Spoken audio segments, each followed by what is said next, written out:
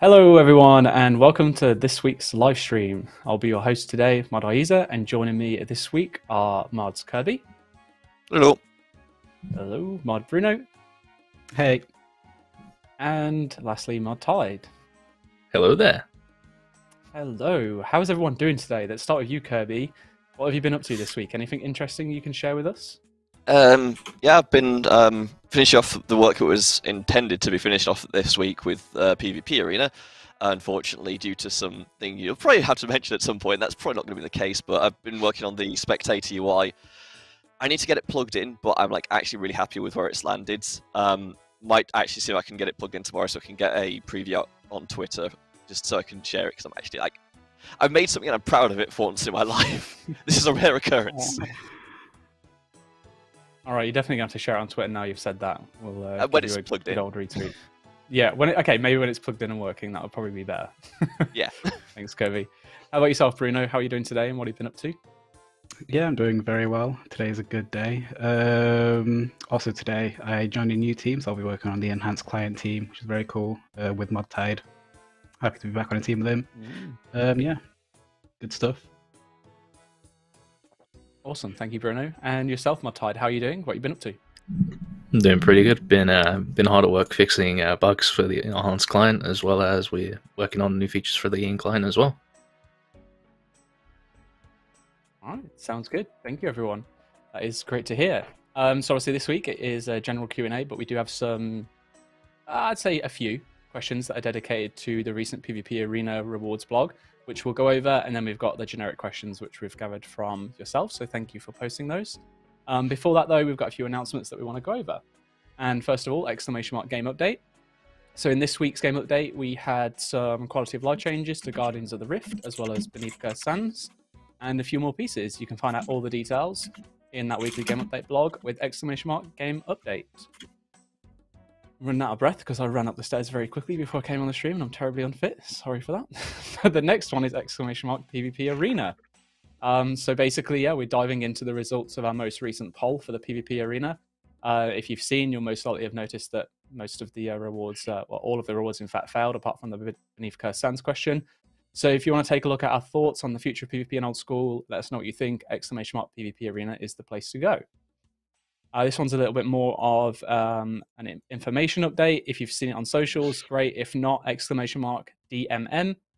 Essentially, whilst we were preparing to get the Deadman Mode Reborn rerun closed beta, bit of a mouthful there, prepared, ready for tomorrow. Unfortunately, we encountered some difficulties with the player save profiles. For those of you that aren't familiar, essentially what we're planning to do is make it so that the stats and gear that players had during Deadman Reborn 1v1s last year will be the same stats and gear, etc., that they'll be able to use in the beta and then the official rerun when we get to it.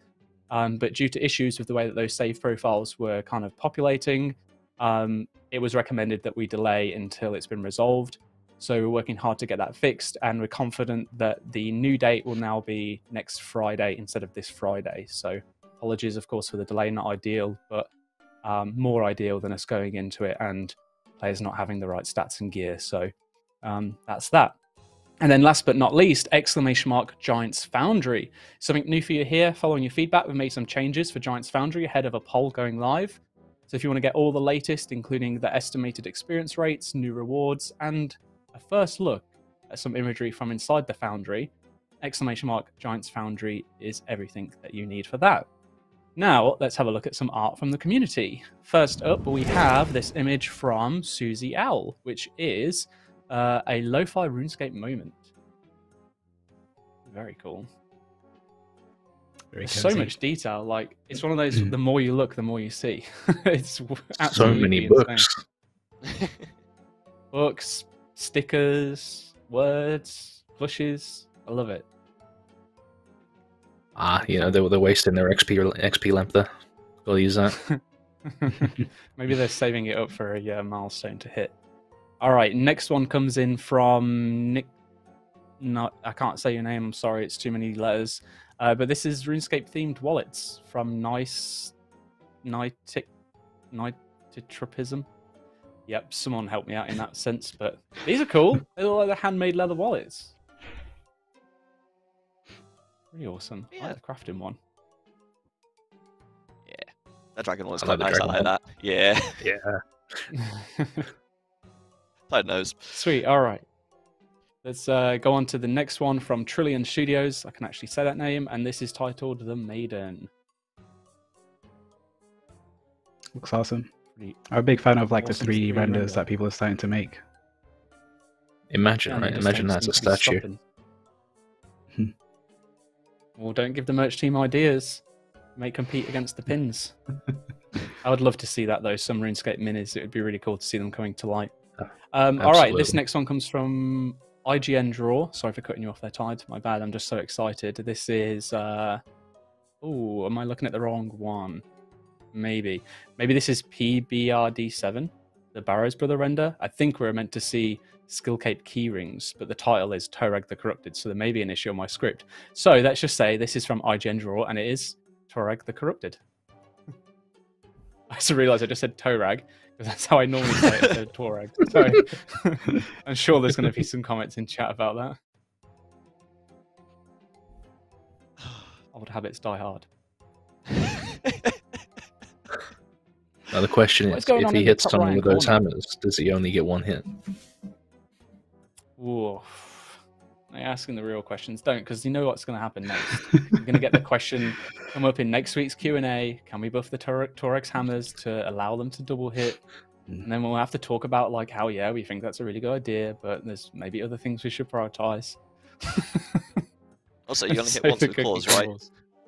But Mod Ayiza, all you have to do is halve the damage and double the attacks. It can't be that hard. Well, you know what, Bruno? I'm glad you said that because you work in QA, so I'm going to leave that one down to you to look at. We'll get to a very similar much. question. We'll get to a similar question like that later.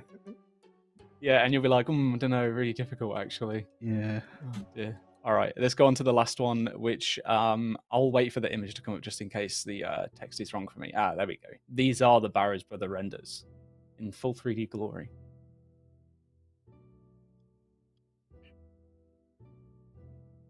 I'm quiet because I'm looking at them all. I've not seen this before. Yeah. That's the part where I try to remember which brother's which. Arim is the mage one? Yeah. Yes, I'm that's getting right. lots of production. Mhm. Good. Looks really cool. Love it. Does look cool. The Guthern Spear's throwing me off a little bit. It looks a little bit too horny. As in animal horns.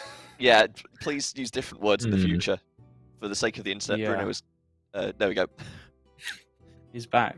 Oh, I'm here back. we go. This is chat not knowing how to grow up. Yeah. All right.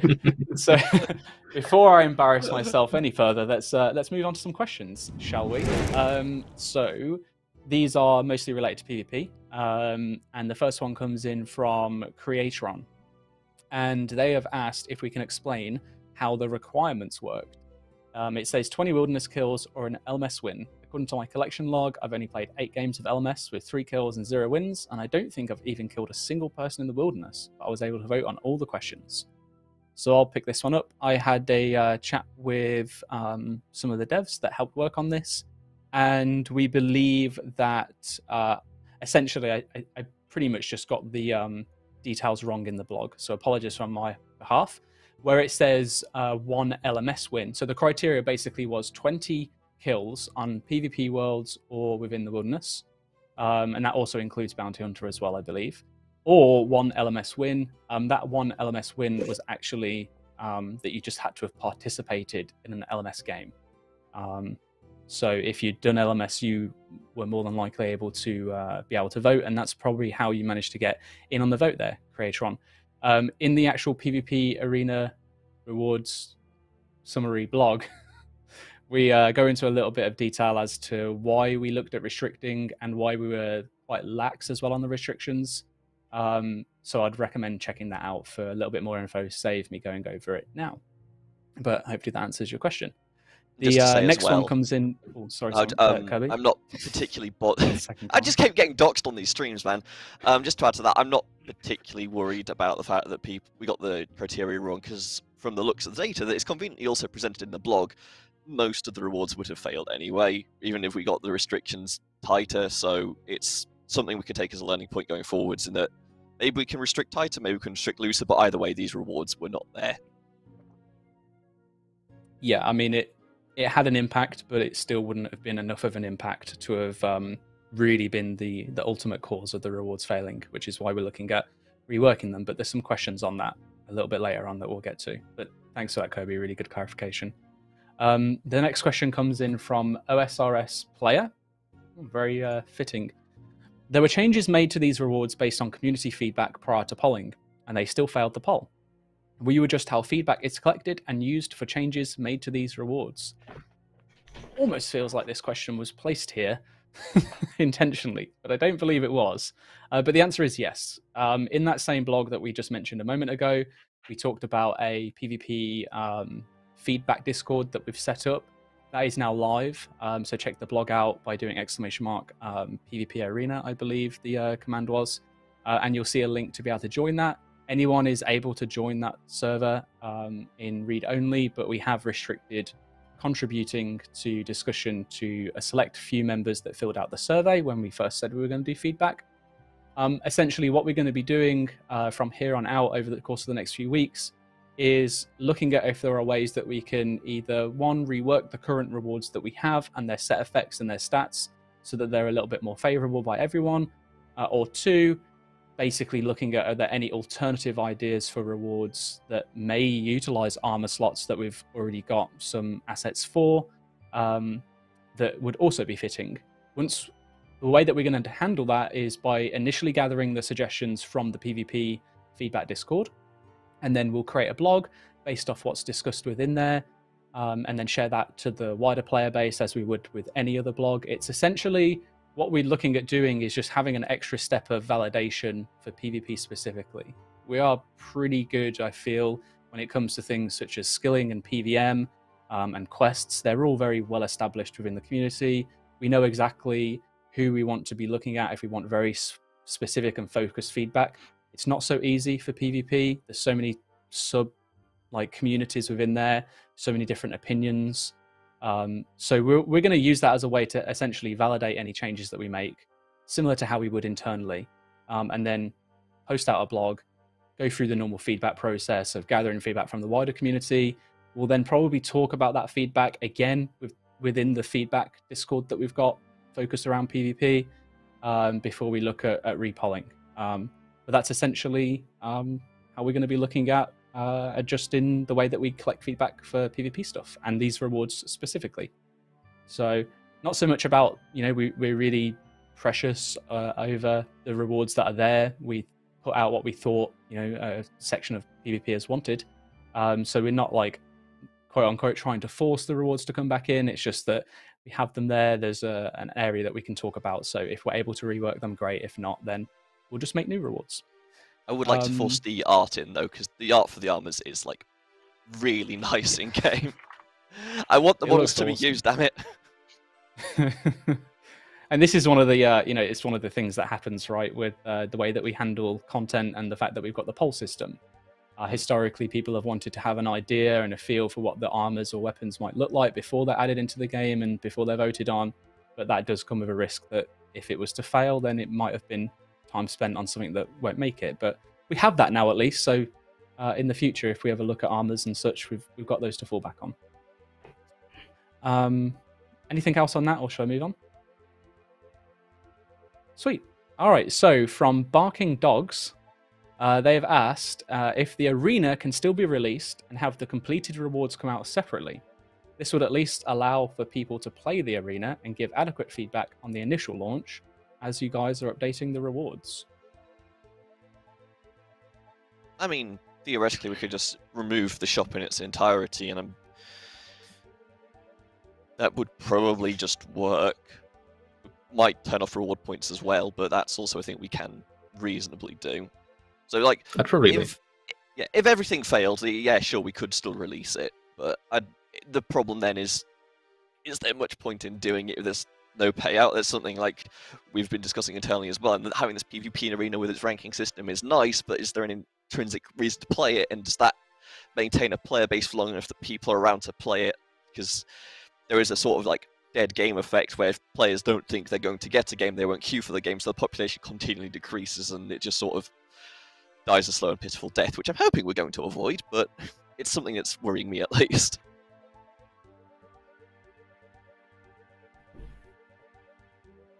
Tide, you were going to say something in between Kobe's chat. Is that still relevant, or? All I was going to say was I'd probably still let them get their points, because you are going to have the rewards eventually, and you don't want to have people play it all this time and then they haven't got anything to show for it. Yeah, if we were going to do that, I think it's obviously a discussion point to have. I'm kind of like more in favour of what you've said there, Tide, actually. You can still gain your reward points to spend on them at some point, but at the same time, there'd be no point having reward points if there weren't any rewards that were coming out, like, period. So, yeah. I guess one thing that I can say on this, though, is that the arena itself is something that we said from the start we wouldn't be polling. So the PvP arena will come out, even if there aren't any rewards for it. And if we do get to that point where we can't rework them and find anything that's suitable to be added to it, then we may well be in a position where the arena does come out without any rewards that, at least initially, we might spend some more time looking at adding some in the future based off feedback and stuff. But yeah, the arena itself will be coming regardless, as the replacement to the dual arena.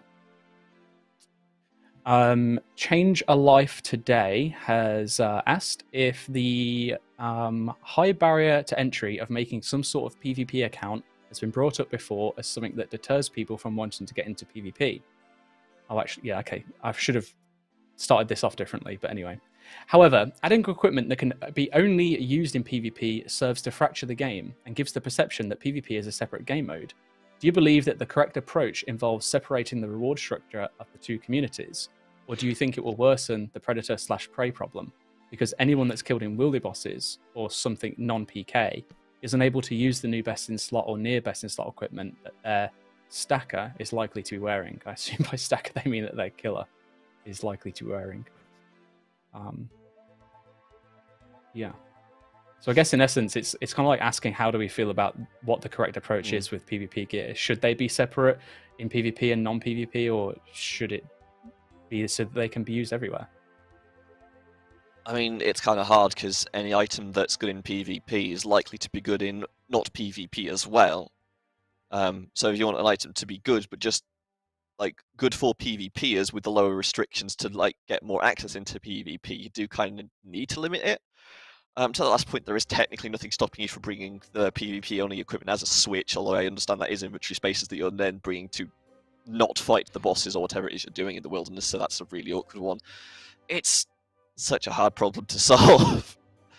One of the ideas I came up with was we have normal stats, but for stuff we want to add to PvP, we could have a separate stats, like PvP stats. So if you're in a PvP zone, for instance, we'll use those stats instead. So then we could balance it around. We wouldn't have to worry about PvE.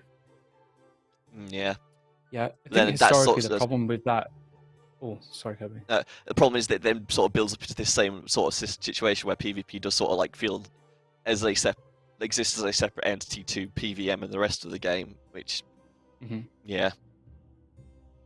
Yeah, I think as well, historically, we've had a problem with showing like how stats are different in different zones. The interface for gear equipment as it stands isn't great, in all honesty.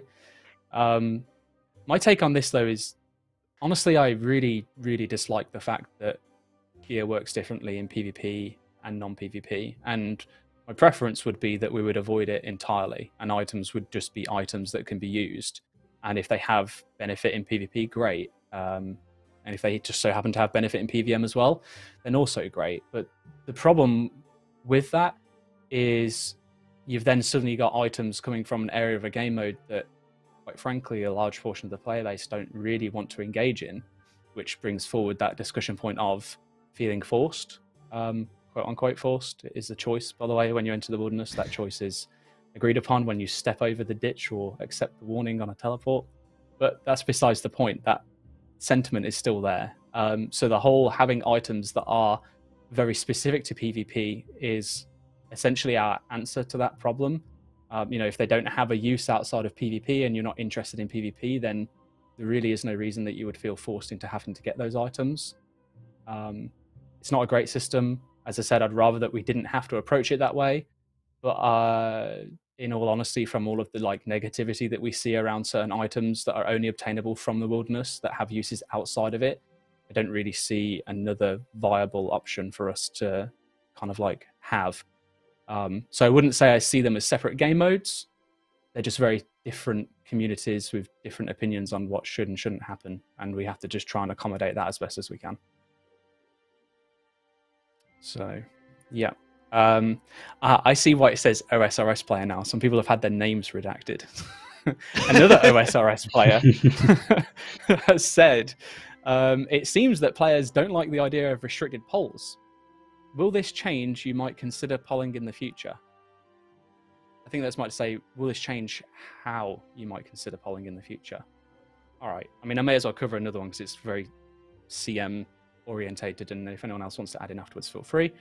All right, I'll say something that's probably going to get some backlash in the chat, but to me, it seems that players don't like the idea of restricted polls when it doesn't suit them, because we've done restricted polls in the past for Iron Men, Group Iron Men, Ultimate Iron Men, and there's never been any negativity towards that. It's always been seen as, oh, it's really nice that you're considering that community.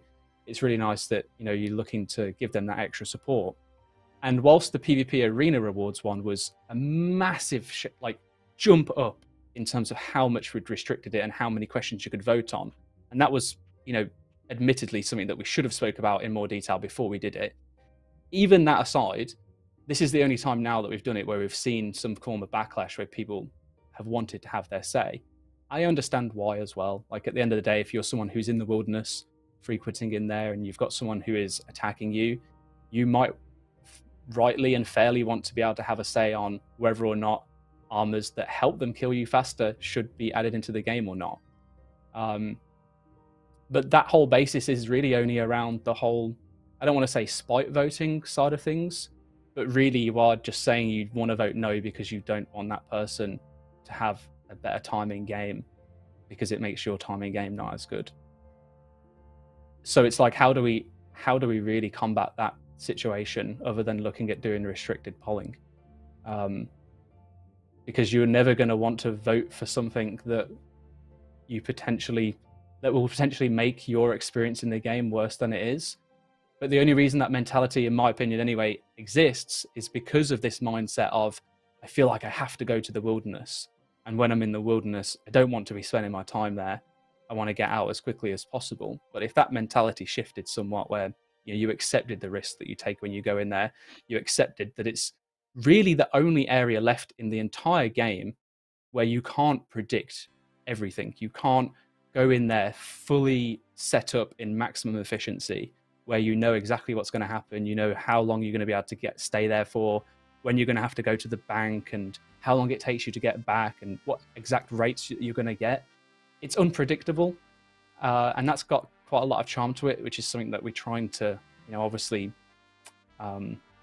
protect and keep in the game, because it is so unique to old school. So yeah, a lot of players didn't like the idea of restricted polling. Will it change how we might consider it in the future? Absolutely. But will it stop us from doing it going forward? I don't think so. It's very much was an experiment, and I think it will continue to be experimental for us. There's nothing to say that we won't look at doing restricted polling in the future for things like PVM or skilling. Should the questions warrant that level of restriction, for example. It's just so happens to be we had something very ready for PvP at the time, so that was the first one that got it. So, yeah. No more takes. All right. You said everything. Good job.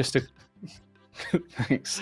We have a couple more. There's like 6 more PvP related questions, and then we have some standard ones, so I'll try and get through them quickly. V Campbell 4 has asked what the current status of the Wilderness boss rework is. We've heard no information since the Summer Summit on it, and the roadmap had it coming out in June/July. I'll play this one flat. It got pushed back last year because it was supposed to be me and Flippy primarily working on it, and between League's work, and then Flippy left the company, which is entirely reasonable, but it also meant that we didn't really have enough manpower to work on it, so it got pushed. It's fault. Everyone at Flippy on Twitter, please don't. No, Please don't. don't. No. Only I am nice culture. things. Don't do that. Only I am nice things. He deserves it. Flippy, tell him to have a nice day. At him and thank him for kicking the project off, so that it's in the Yes. roadmap now. Yeah, it's just a quick question. Then, like, we need to find a space to work on it, which is hopefully soon, because I have a meeting about it tomorrow. But yeah. That's all I was going to add as well, is that we have a kickoff meeting for the Wilderness boss rework tomorrow. There is a design that we had from back when Flippy was still working at Jagex. We worked on it with him, or at least I remember working on it myself. Yeah, and, I was working on it with him, a lot. Oh yeah, you Kirby too. Involved too. So there's definitely something there, which is why it's in the roadmap. But PvP Arena is still the current focus, and until PvP Arena's done, we're not moving over into the Wilderness boss rework. Still there. We just got to get to it. So hopefully in, I don't want to say the next couple of weeks, but within the next like month or so, I imagine that we'll have some form of design to be able to share with you and let you know what our plans are. I think we've already talked about how we want to look at moving the dragon pickaxe, or sorry, not moving it, but making it so that you can get the dragon pickaxe from outside of the wilderness when we do the boss rework. And the main reason behind that, there are two really. One of them is it's very much a sticking point within the community still. It's one of those last few items that players feel quote unquote forced into getting. So if we can help alleviate that without actually taking anything away from the wilderness, then great. The second reason being that is that we're not looking to take anything away, right? We're reworking these bosses. And if the design that we have at the moment is anything to go off, there's some pretty awesome rewards. I don't want to leak too much, but we're looking at a variety of different things. I literally don't think anyone is going to ever care about the dragon pickaxe not being available in the wilderness anymore, apart from those that want to get it from outside of the wilderness when you see those. So it's just swapping something, and it seems like a great opportunity for us to kind of do that. Well, I will say those rewards, based on the current poll results, I am not feeling too confident in the current moment. Hey, look, we'll cross that bridge when we get to it, okay? For now, let's just imagine a world where all these cool ideas come to life. I know there's one reward for sure that I think most people will really like, and I'll remain hopeful. Yeah. He knows. He knows. LJMT has asked, and we've had this said many times beforehand, so we'll be careful for all those merchers out there. Can we please pull a buff to Thammarons Sceptre, the laughing stock of the wilderness weapons? It's been suggested 20+ times with significant upvotes, but never addressed by the team. Has been addressed in Q&A. Yeah, I'm going to say we've probably addressed it 20+ times. So I know I for sure have addressed it at least a handful of times in my time at Jagex. I guess I'll try and take this one. We know the Thammarons Sceptre isn't the best weapon, especially compared to the other wilderness weapons. And the thing about buffing it is, how do we go about buffing it? Because we have to make sure that it doesn't make other weapons kind of useless and still has a good use in the wilderness, which is a little bit of a hard thing to balance. And also, we're not overly happy about people merching them like they are, well, like they might be trying to do so here. So, you know, the players themselves are also not huge fans of that. That's my take on it. Yeah, I think it's like we know it needs a rework, we know it needs addressing. It's just fitting it in. Well, that just so happens to be a boss rework coming up soon. Maybe we can look at addressing it. No, we're not doing it then, because if we tell you we're going to do it then, they'll start merching. We're not doing it. No, I said maybe.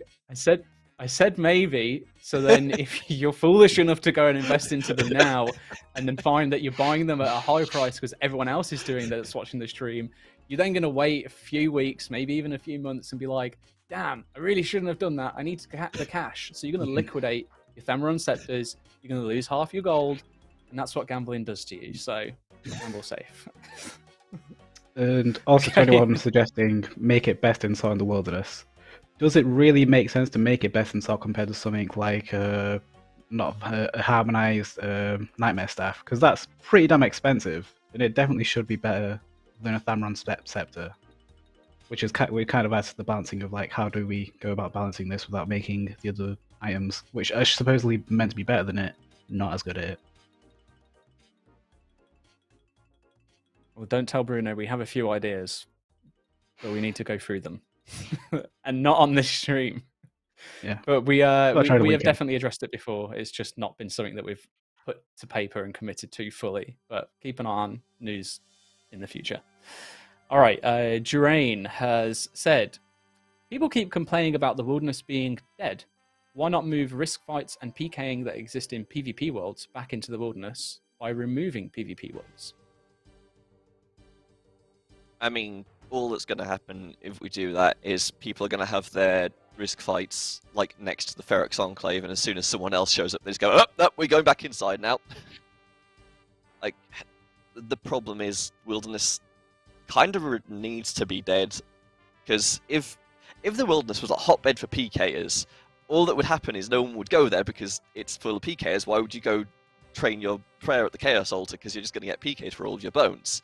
It's sort of like, it's this weird like pseudo state of it needs to have a low population for it to work. To have a population, it's yeah. But removing I'm not sure PvP you're worlds, going to I get don't many think... favourable responses to that take, Kirby. oh, like it's wilderness is bizarre, and I don't really understand it mechanically. I understand mechanically, but I don't know if it's good. It has a very interesting ecosystem, right? That yeah, it's very delicate in that sense. In terms of like moving though PvP worlds, this is something that we have talked about before, I know, but the thing is they've got quite an established like base of players now that frequent PvP worlds, and having people accustomed to that, removing it, I think would be a bit detrimental, and could also be seen very similar to Bounty Hunter, which we removed without really putting in a suitable replacement. So it currently serves a purpose. I think what I would rather see us spend our time on is bringing back Bounty Hunter so that Edgeville becomes populated again, and then those that still want to play on PvP worlds can. What I imagine will happen is that if we brought Bounty Hunter back, PvP worlds would just slowly die off anyway, as people prefer to go over to Bounty Hunter for whatever extra rewards you might be able to get from there, and then we could consider potentially closing them based on activity. But right now, in its current format, I think it would be too risky to remove them and expect everyone to start fighting in the wilderness again. Especially when the player base is as small as it is. I think the bracketing on PvP worlds helps you get fights more consistently, because you have the option to be able to fight someone, you know, plus or minus 10 or so levels within your range at just outside of a bank, as opposed to having to go 10 levels deep in the wilderness. So we would need to see some growth first before I think we could look at changing that personally. On the topic of PvP worlds, what do you reckon it would be like if you could only enter the wilderness in specific worlds, so limiting the access? That's also something that we've talked about before. I think the original Wilderness Changes blog, we said that we were going to look at limiting which worlds you could access the wilderness on. It's one of the most popular suggestions from those that frequent the wilderness anyway, looking for players to kill, just because of how many worlds there are that you're required to hop around. I wouldn't say that we've completely ruled it out, but the feedback that we had when we first pitched that in the Wilderness Changes was overwhelmingly negative, to the point where it probably would be a detriment for us to do that straight away. But who knows, with like different rewards in mind, with maybe a little bit more of an ability for people to be able to fight back and incentives further for you to go into the wilderness, so it really feels like it's worth your time every time you're there, even if you get PK'd, we could consider something like that. And I think that's what it would have to take before we looked at restricting the worlds, is giving you a really damn good reason to go there, knowing that you're going to get killed whilst you're there, and that being okay, because it's not really going to change anything for you and what your goals were that you were trying to hit. But in its current status, I think it would just alienate a lot of players that are already feeling quite negative towards PKing generally.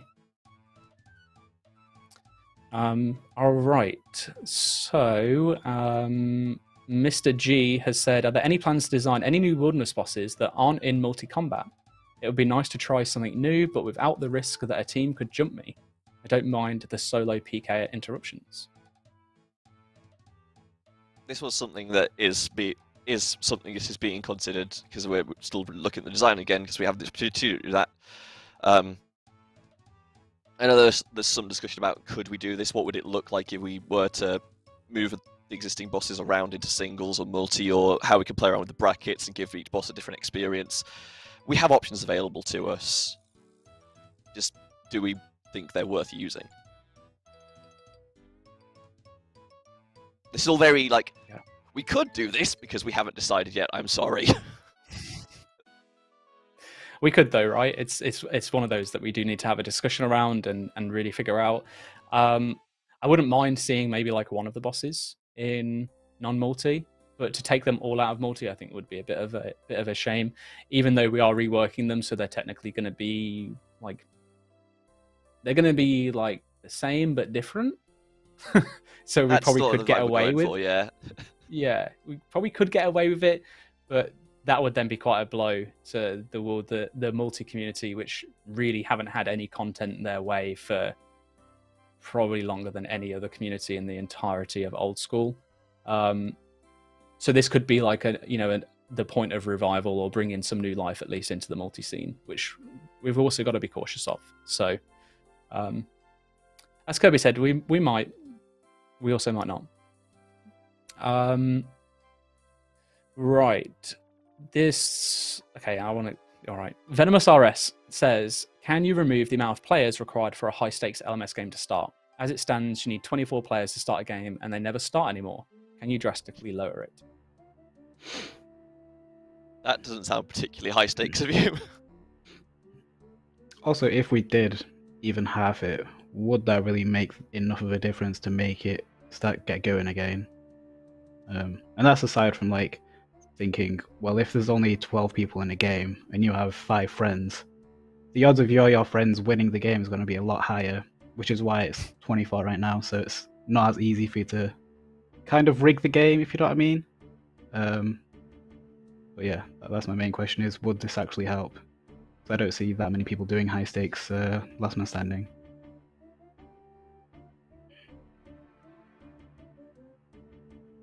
I don't really see what it would do apart from, as you said, help out for those that want to play a smaller amount of games or potentially launder gold. So, I guess realistically we could. So maybe there's something to look into to make it start earlier, but there would be some considerations, as Bruno said, for the fact that teams could somewhat wait the games, and it could also be used to transfer money in a different way from trading and stuff. So,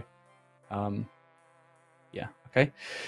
Nerf Rev Caves has said, will we get to see another Deadman mode along with the rerun of the finale? The last interaction was one of the best yet, aside from the finale issues. I think that's meant to be iteration. Interaction, yeah, probably was iteration, you're right. I wouldn't hate doing another one. They get numbers on Twitch still, which is nice. Just depends on can we do another one that's as reinventive as the previous one was. I think would be a nice benchmark to sort of set. Mm-hmm. We have some time penciled in to try and do one, but yeah, we'll see what happens. Yeah, and that's pretty much all we can say on it, really. It's in the roadmap for this year at least, so it's something that if we can make happen, we will. I'll just quickly add in my take. I love doing this, don't I? But go on then. I think if we're going to continue doing Deadman and for it to continue being a success going forward, even though there's been a considerable amount of time, energy, and effort put into the anti kind of like DDoS protection that our team have been working on, and it seems to be really, really robust. The proof will be in the pudding, I guess, in the rerun, right? But even with that in place, I think there's still so many inherent risks with running a tournament of 2,000 people online and not having them all in a LAN environment, whether that's individual connections that then could put a bad image on the event, or connections to the servers as a whole, or just technical issues. There are so many problems that could be brought up with it.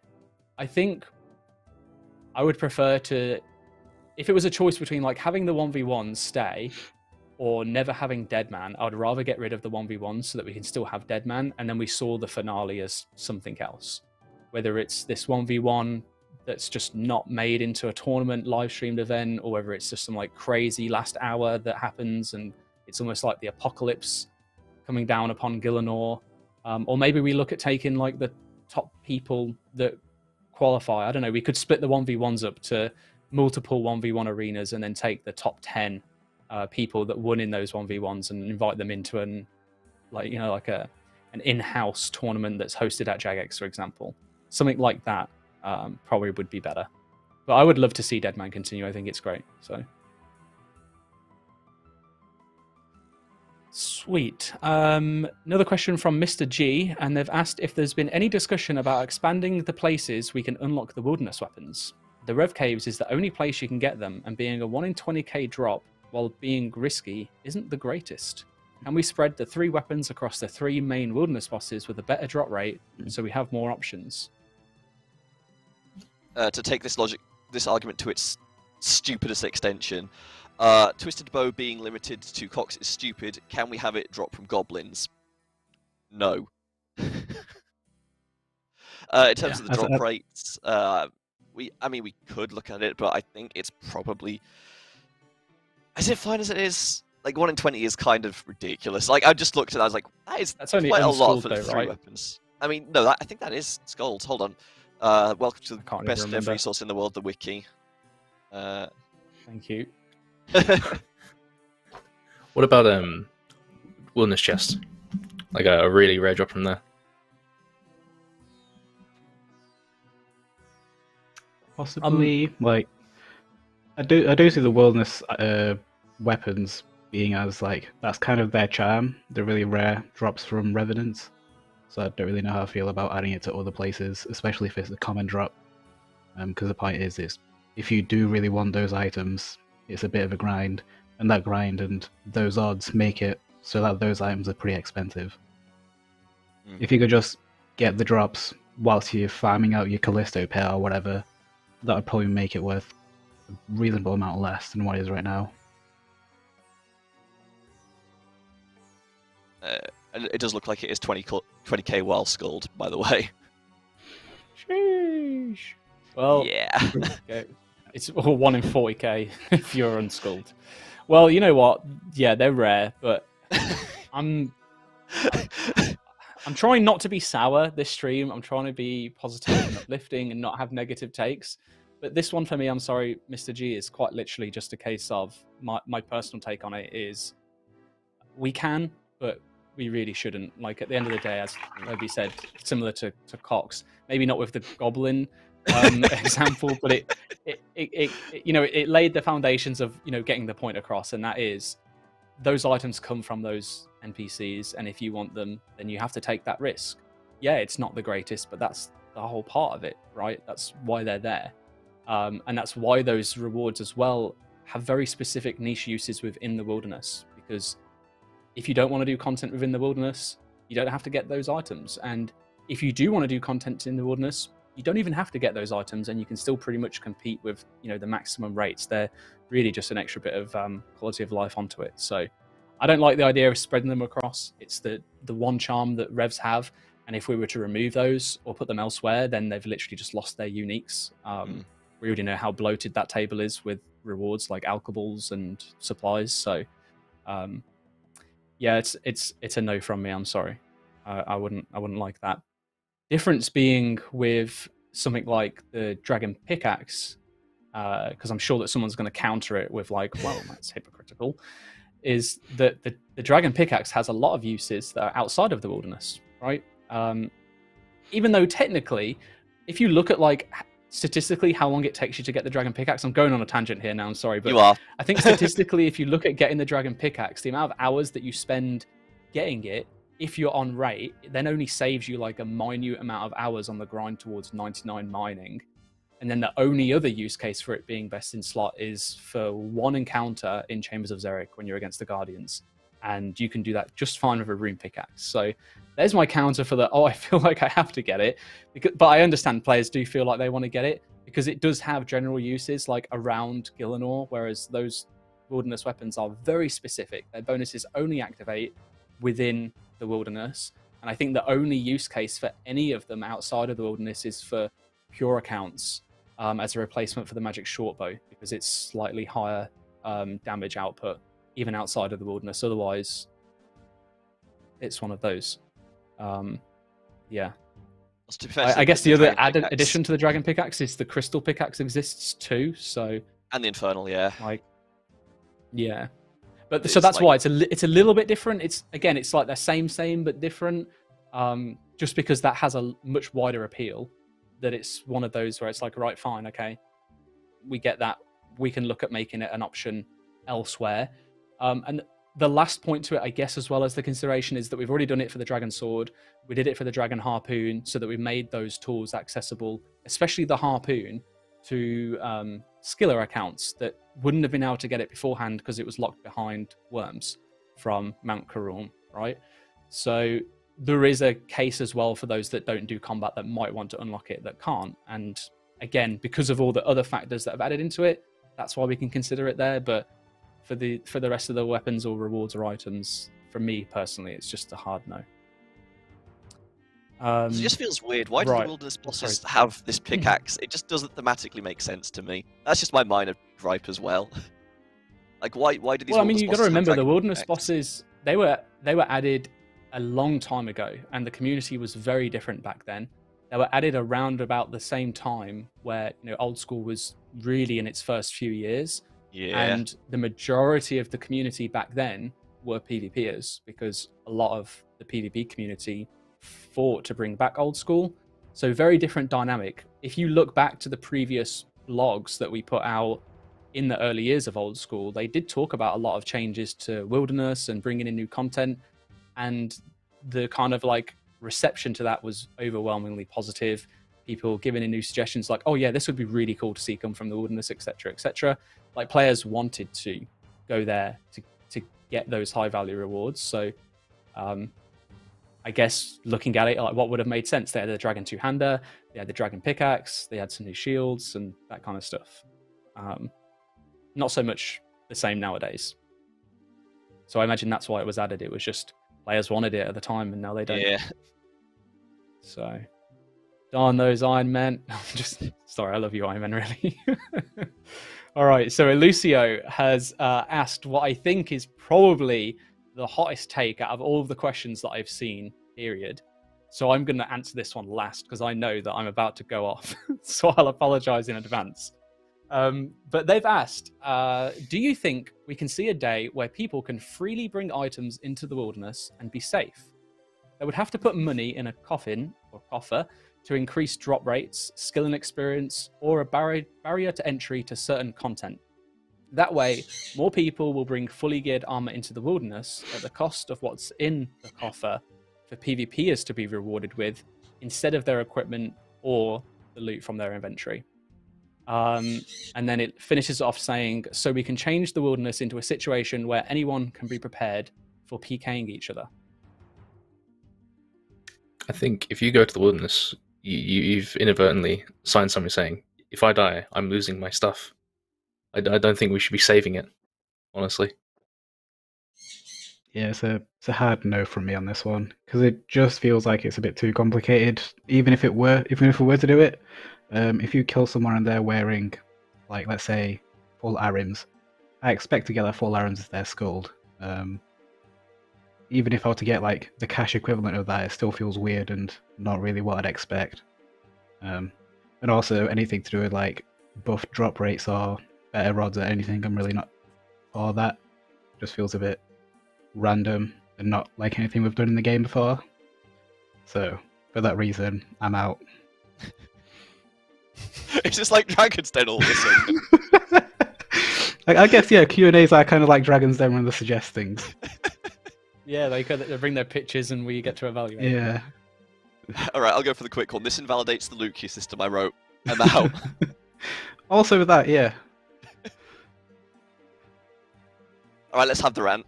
Come on, give it to us. Oh, okay. Is it my turn? All right. Okay. Oh no. I'll keep it short and sweet.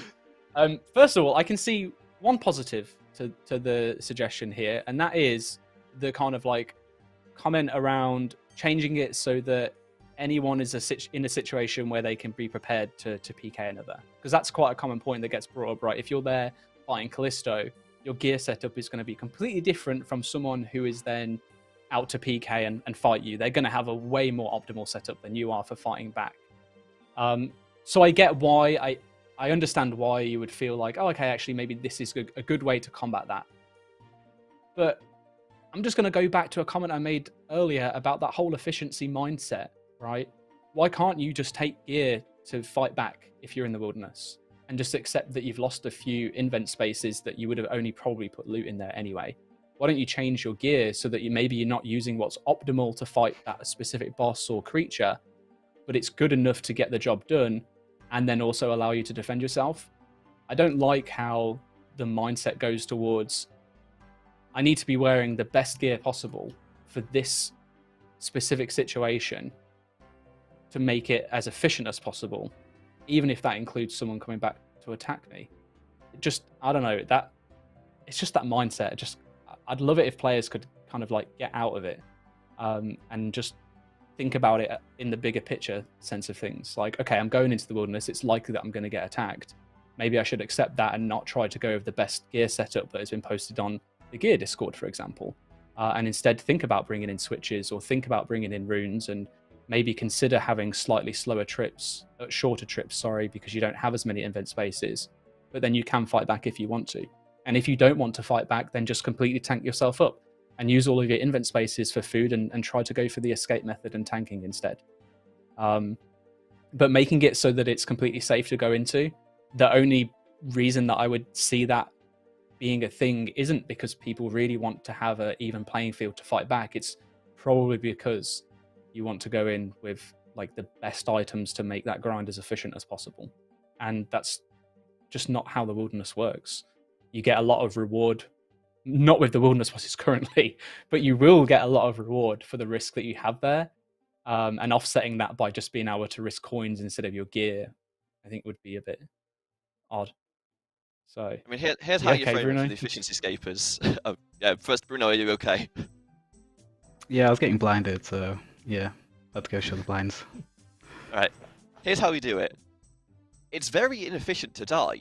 It's very efficient to kill PKs, take their loot, and get the loot key that you could then cash in very quickly. Therefore, it's efficient to bring counter PK loot. What Kirby approved. That's a great way of summing it up. But the thing is, as well, is right. On a Oh no! People, no. This is a good thing, but people are so scared about fighting back in the wilderness, right? But I can assure you, there are so many bad PKers out there, probably even worse than I am, and I'm awful. So if you literally just bring like a pair of claws and a rune crossbow or a dragon crossbow with the gear that you're already taking to fight a boss, you have a pretty good chance of being able to fight back and getting a KO. Yeah, you might die and lose the loot that you have on you, but you could also snag yourself like 1, 2, 3 mil worth of PK loot. And we've made so many changes now to help fighting back. So you've got loot keys, so you don't have to worry about dropping all of your loot or being able to figure out how you fit it into your bags. We've made it so that you can't get skulled if you don't already have a skull, as long as you've got anti-skulling protection enabled. And we've made it as well so you can have a fair 1v1 when you're in singles. The only time that this isn't going to be as easy is obviously if you're in multi and you get piled on by like 10 people, you haven't got a chance. But you're in multi, so that's what happens there. So maybe in multi you just think about the tank setup instead. But everywhere else, just generally, I think people are so scared, especially in the Rev Caves. No one fights back in the Rev Caves. You just let yourselves die. Don't do that to yourself. Fight back. Yeah, you definitely hit it bang on, because a lot of the lower end skill PKers, they're really kind of just following a script, and if you attack back, that really breaks their like PKing, not script as in botting, but like, you know, to follow the steps by steps of I telebot this guy, I entangle him, and then I damage him until he like either dies or teleports away. So if you fight back, a lot of them are just going to be like very puzzled and confused. So you might end up just killing them out of like confusion. It's happened to me quite a few times, so honestly, give it a go. It's so true as well, because like if you think you've got a PKer on you and all you're focused on is like running away, they are able to just deal damage to you consistently without any thought. They're just pumping damage non-stop. But if you even get like 2 or 3 hits on them, they're probably going to eat, and in the time that they're eating, they're not damaging you. So you're taking less damage than overall, as well as having a chance to kill them and have that extra loot. Yeah, it's crazy. The other take on this, one last rant, is the whole like, so going into the wilderness unprepared. this whole like, oh, I don't have gear to fight back, and I don't want to take gear to fight back because that's not the right gear that I should be taking to fight this boss. It's like going into the Theatre of Blood and not having the correct gear set up and not understanding the mechanics of the bosses and expecting to be able to just be a pro at the Theatre of Blood. You have to learn that, right? You would go into it, you would prepare yourself knowing that you're going to the Theatre of Blood, so you would know what to take, you would know what kind of people you want around you, and you would eventually get better. But when it comes to PvP, I feel like a lot of people are just too scared to take that step to actually learn. So maybe if you spent some time learning how to PvP in LMS, or maybe the PvP arena when that eventually comes out, it will put you in a better position where you feel confident to go into the wilderness prepared, to do what you want to do, but also maybe fight people if they attack you. Yeah, preparation is key, all right? Anyway, that's enough of that. We'll go into some general questions. I realize I've spoke a lot, so I'm going to be quiet now. This comes in from Elder Neo. And Elder Neo has said, new designed areas always have single path tracks that are frustrating and reduce immersion. Darkmire, Shazian, Prifdinus, Necropolis all look nice, but are awful to navigate due to a lack of gaps in the obstacles and landscape. Compare this to Mistlin, Ardoin, and older areas. Could we consider reducing the object flow in these areas and freeing up more space to run around? I somewhat agree, but at the same time I disagree, because if you look at some of the older areas, they're really not very well designed, and some of them actually feel kind of barren.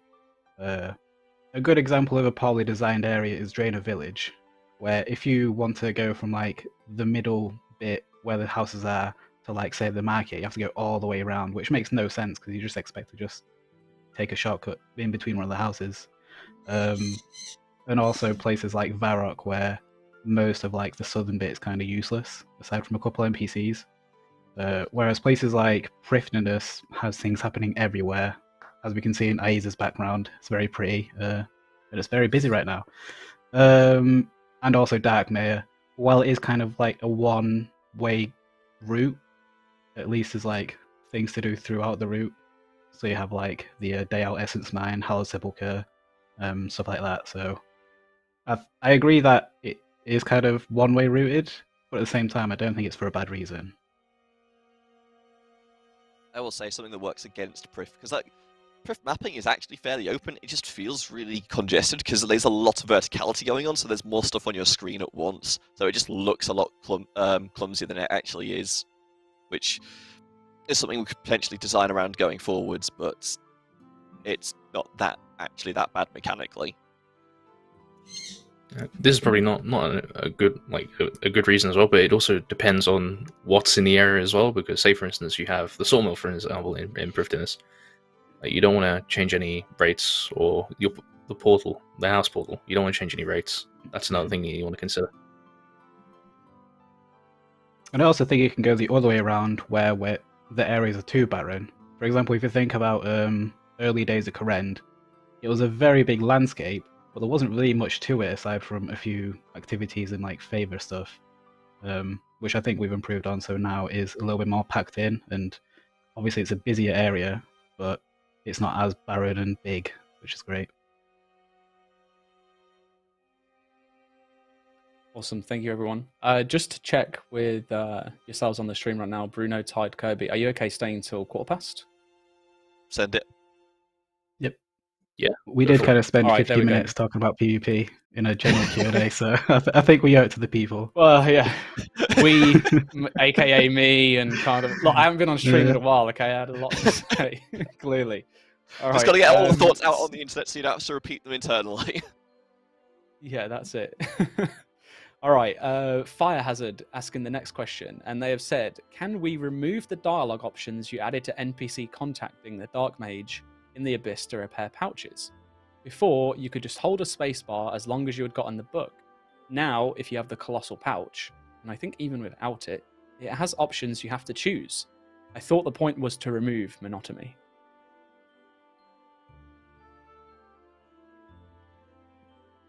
Sure, that'd be nice. I haven't actually done any Guardians of the Rift yet.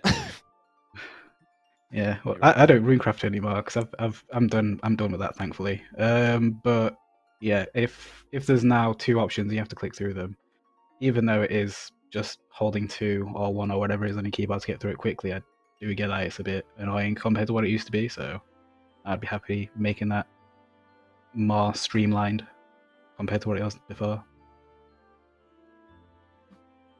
I guess it would also depend on how much space you have. I haven't exactly seen the dialogue, but maybe it's not got any space to use it.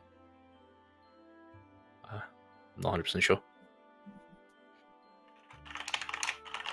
Okay. Well, maybe I'll go to the next question for now, which comes in from a name I just redacted myself. So OSRS player has said, could Twisted Tales include favour certificates that apply to any house like Client of Corenders?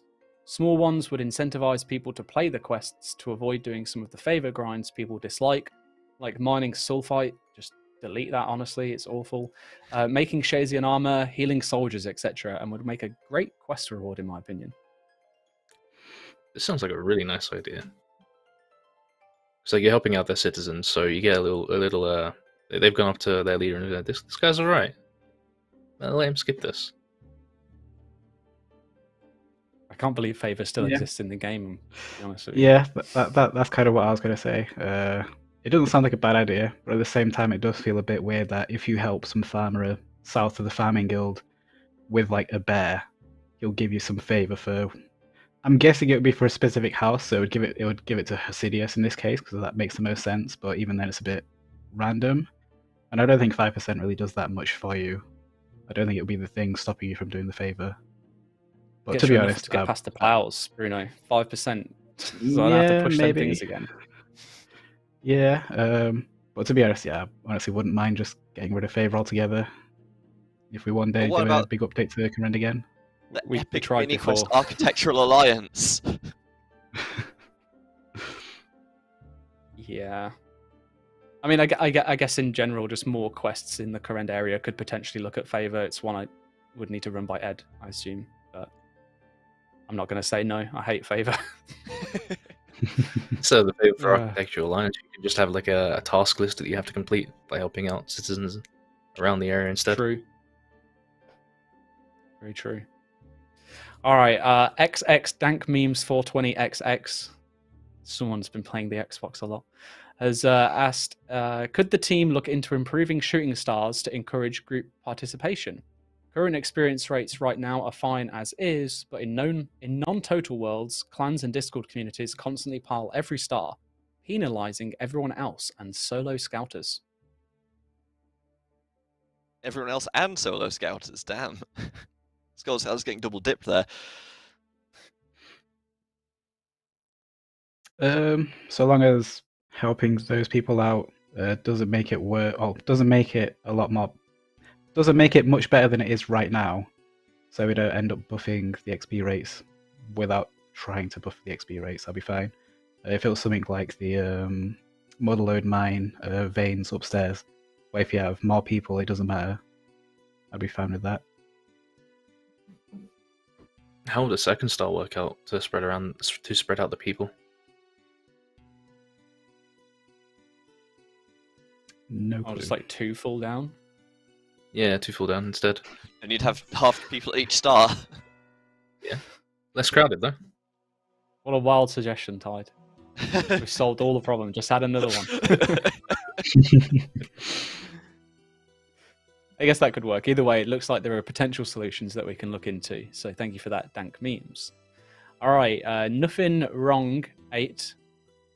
There is something wrong with your comment here, but I'll let everyone else decide what that is. When can we expect endgame Mainscapers to get some love again? Aside from Raids 3, which is long overdue and was announced ages ago, it's been and is going to be nothing but content for Iron Men, mid-game players, and content creators. Ah, yes, that famous mid-game boss next. Yeah, I'm I just totally agree with this. My thing about it being wrong is that Tombs of a Massacre is most definitely aimed at endgame players just as much as anyone else, well, more so than anyone else. It's going to be more accessible because of the invocation system in there. So, you know, mid-game and mid to late game players should be able to at least participate and get completions. But it's very much end game content aimed towards end game players with very end game rewards. So yeah, I wouldn't say exactly long overdue. We're not too far away from when we initially announced it in terms of its potential release date. It was announced ages ago, granted. But yeah, I guess aside from that, can we expect endgame Mainscapers to get some love again, generally speaking? What have we got coming out in the roadmap that might help with that? I guess it really depends. What would you categorize as endgame Mainscapers? Nothing wrong, 8.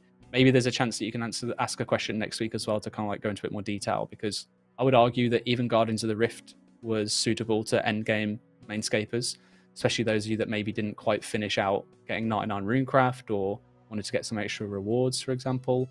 It wasn't entirely focused around them, granted.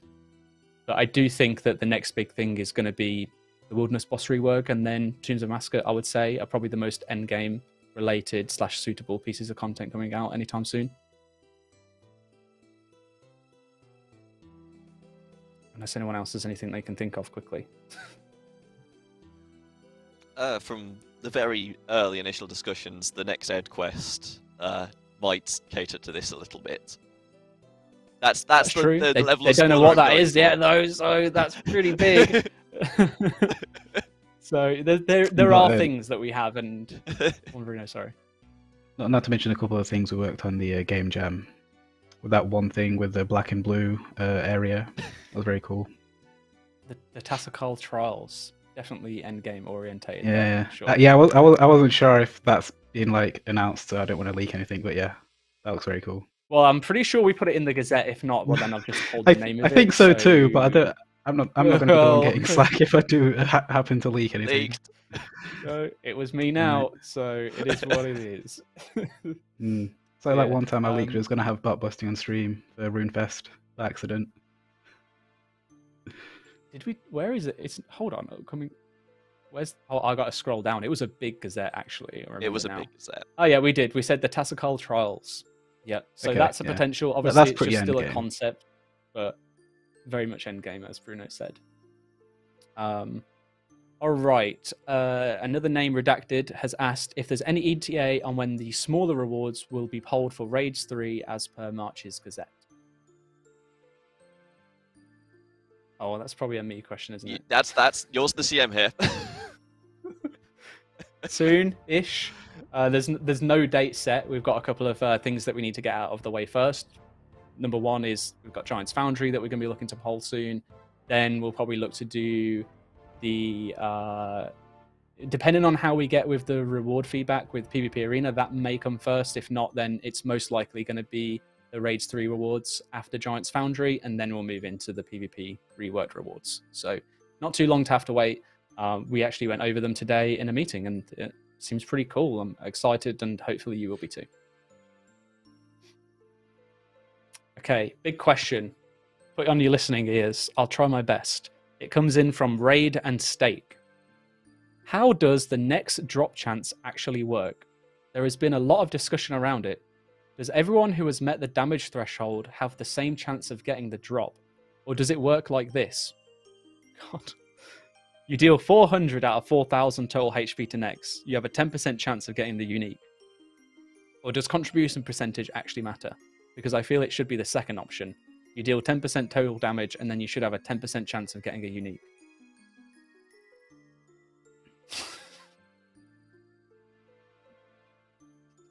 We could have just left it at the first question. Yeah.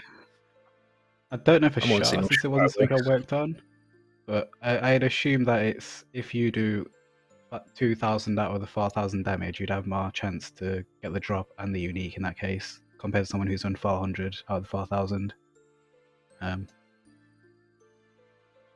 And when they said 10% chance of getting the unique, that's 10% chance of getting the unique if the unique gets dropped, and not just there's a 10% chance of getting the unique. Yeah, not yeah. Yeah. Yeah, I don't think it means 10% chance unique. 1 in 10. Let's go. I'm pretty sure we've actually gone into detail about next drop tables when we first looked at like the next rebalancing tweaks. So it might be worthwhile, Raid and Stake, just checking back on the news posts from January, because I think we put the drop rate formula in there just about 2 weeks after next was out. because the wiki already had like drop rates that had been crowdsourced. So you should be able to find the formula in there in terms of how it works. I just can't remember it off the top of my head. Yeah. I'm not 100% on that, so right. sorry if I'm wrong. But I expect the wiki to have correct information since we did share it. Wiki saving lives since 2007. All right, Mortarboat has said, how do we shift from the reliance on the Dragon Warhammer / Bando's Godsword for bosses and incorporate the magic spells for reducing attack, strength, defense as a way to kill them instead? You make bosses that you can't melee. We'd also need spells that are more effective as well, though. Yeah, like this is something that Arcane has mentioned before, and the more I think about it, the more I'm starting to agree with him. Magic in the game is kind of bad in that it's just different flavor range, and it just feels really bad when you have all these spells that you could be using that have a really interesting effect, but no one does because they're all kind of garbage. Yeah, magic is just one of those attack styles which is either this is the best thing for it, or you probably shouldn't really bother. And when it comes to comparing it to something like the Dragon Warhammer or BGS, it's almost always a shouldn't really bother because the Dragon Warhammer and BGS are so strong already. Mm. At least the solution sounds simple. We just make it so you can't use melee. Or maybe add like a level 90 version of stun or enfeeble or whatever. And maybe that will be useful for magic-based bosses. Yeah, I mean that's probably the more practical way of doing it. I just like my stupid suggestion more. Make him a bit more susceptible to the curse or whatever as well, or the magic spell. Yeah. Cool, sounds good. No, I'm not going to carry on. I've already spoken enough. No Halo mods. They have said the recent addition to the level 65 attack tier with the Keras Partisan is super nice and very welcome. Could we see some additional tier 65 weapons in the future? Yes, if the content allows it. Beneath Curse Stands was sort of like that sort of like it fit in the like account progression where it's like the last sort of quest you do, and at that point you're like progressing past tier 60, so 65 just kind of feel like a nice fit for that reward. If we do sort of more content around the area, we can add more rewards to that area. Yep. I also think it's important to note that the reason the Partisan is okay as level 65 is because its main use is like a niche item, which lets it compete with some of the level 80 weapons or whatever we have. Whereas if it was set to level 80, probably a few less people will be using those items, and it wouldn't really make sense because it's only useful at those places. So setting it to a lower level like 65 does make sense in that case.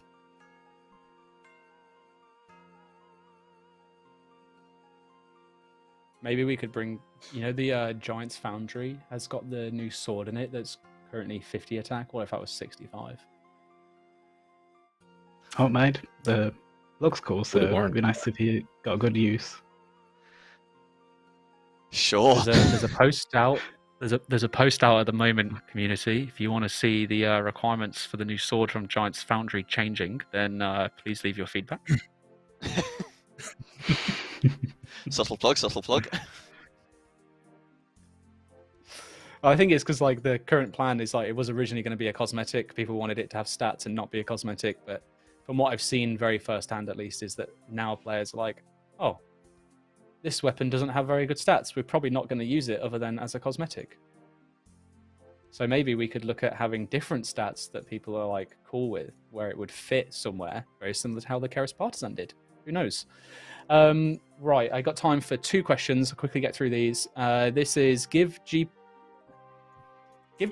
for my. I'm not going to say the last 2 letters, but I'll let you use your imagination.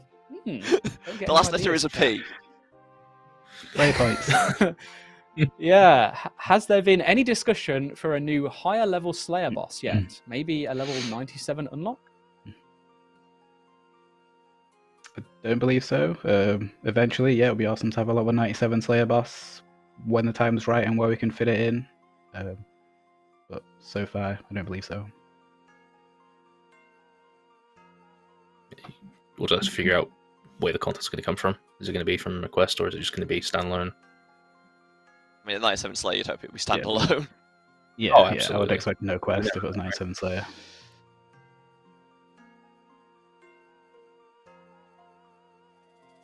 All right, there we go then. And the last question that I can cover for today is from Elucio. And they have said, I love the way current meta for high-end items to dismantle Bandos/Armadillo parts for the new tier 80 armor. Do you think we can see this concept return for lower tier items to create much needed item sinks for new ones? Probably. We just need to Where figure it out what fits. items. Yeah, we need to figure out what items we want to sync. Does it thematically make sense? Does it mechanically make sense? Because I believe the current ones are just essentially upgrades for that sort of stuff. So we need to figure out, okay, how do we design this so that you are essentially dismantling an item to upgrade it? Or we could mix and match components, easy for me to say. So we could combine your Bandos and Armadillo components to make some weird melee ranged hybrid armor, which I definitely just haven't designed on the spot. Or maybe there could be just another way to remove items from the game, like a new minigame or something like that. Yeah. It's also something that we, to be honest, do pretty often, these days at least, when we introduce a new business item. For example, all of the Cerberus boots, you're going to need the previous business item to make the new business item. Same thing with Tarva in this case, with Bandos. So yeah, I imagine it's something we'll carry on doing so we don't devalue the previous business items too much. I think there's just overall been less interest in doing it for the lower tier items because they don't really have that value. Even if we were to sync them, the value still wouldn't really hold because their use is somewhat limited. You kind of, for a relatively experienced player at least, you're going to surpass the requirements to use that gear and replace it relatively quickly. So not as many people care, but that doesn't mean that we can't look into it at least and see those options. That being said, though, we literally did propose this before with the sword from Giants Foundry being an upgrade to Obor's Club, and the players, well, that's no longer a thing, so I'd imagine that the feedback suggested that that wasn't really that welcomed for the lower tier stuff. It might be a bit of an edge case because Obor's Club's obviously gated behind keys that you need to get and obviously get the drop. But it's something that we'd need to look into a little bit more, but I like it as a concept, and I think upgrading old items is quite cool, so yeah. All right, well, that is all that we have time for. We've ran over and I need to dip because I've got to go feed the dog. So I will quickly go over the announcements one last time. First up, exclamation mark game update. This week's game update featured quality of life changes to Guardians of the Rift and Beneath Cursed Sands. You can find all the details on that in our blog, exclamation mark game update. Also, we have exclamation mark PvP Arena. Essentially, we're diving into the results of our most recent poll for the PvP Arena rewards. So take a look at our thoughts on the future of PvP and old school and let us know what you think. Exclamation mark PvP Arena for that one. Exclamation mark Deadman mode. Essentially, in preparation for the Deadman mode Reborn rerun closed beta, we did unfortunately encounter some difficulties with save profiles that were taken during Deadman mode Reborn. We want to make sure that when players come into this closed beta, they have all of the stats and gear that they had when they were originally in the Deadman Reborn 1v1s. But due to those complications, it's been recommended that we delay the closed beta until it's been resolved. We're confident that we can fix it and that we can get it in a good place ready so that the new date will now be Friday the 13th. So it's next week, just one extra week of waiting. Really sorry about that, but really feel like it's better that we can get you in with the stats and gear that you had rather than not, because that's what we're there to test. So yeah, and then we'll have the official run after that. There won't be any more betas, I don't believe. It'll be once this one's finished, we'll then do the official rerun once more. And then lastly, exclamation mark Giants Foundry. Following your feedback, we've made some changes to Giants Foundry ahead of the poll going live. So get all of the latest, including estimated experience rates, new rewards, and a first look at some imagery from inside the actual Foundry itself with exclamation mark Giants Foundry. Kirby, Bruno, Tide, thank you so much for joining me. Do you have any closing words? Yes. Vote yes on the next PvP Arena poll or the producer gets it. The Nan gets in the cage. That sounds like a challenge. God, the man's in the cage until the rewards pass. We can't say stuff like that, right? We're unbiased, unopinionated when it comes to how people should vote, all right? If you want to vote yes, then vote yes. The Nan is going to be okay, and the producer will also be okay. Ignore Kirby's empty threats. Empty We threats. definitely.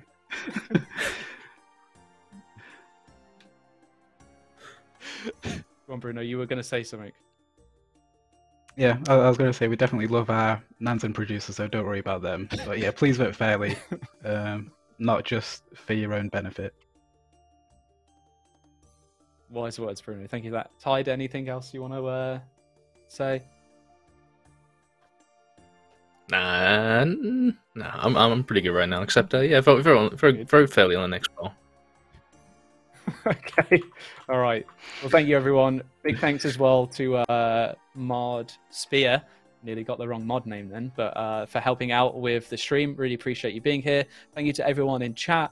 Thank you to the members of the CM team, Light, Sani, and Goblin for helping out with moderation. Maybe as well Jagex Exo's in here too. I haven't seen the names pop through, but yeah. Have a fantastic evening, everyone. Enjoy the rest of your week. Have a great weekend, and we will see you next week, where I believe we're going to be going over the Game Jam pitches one more time and talking about them in a little bit more detail, as well as being able to answer some of your questions. So, should be a good one next week. We may even do 2 streams in 1 week. Who are we? I don't know.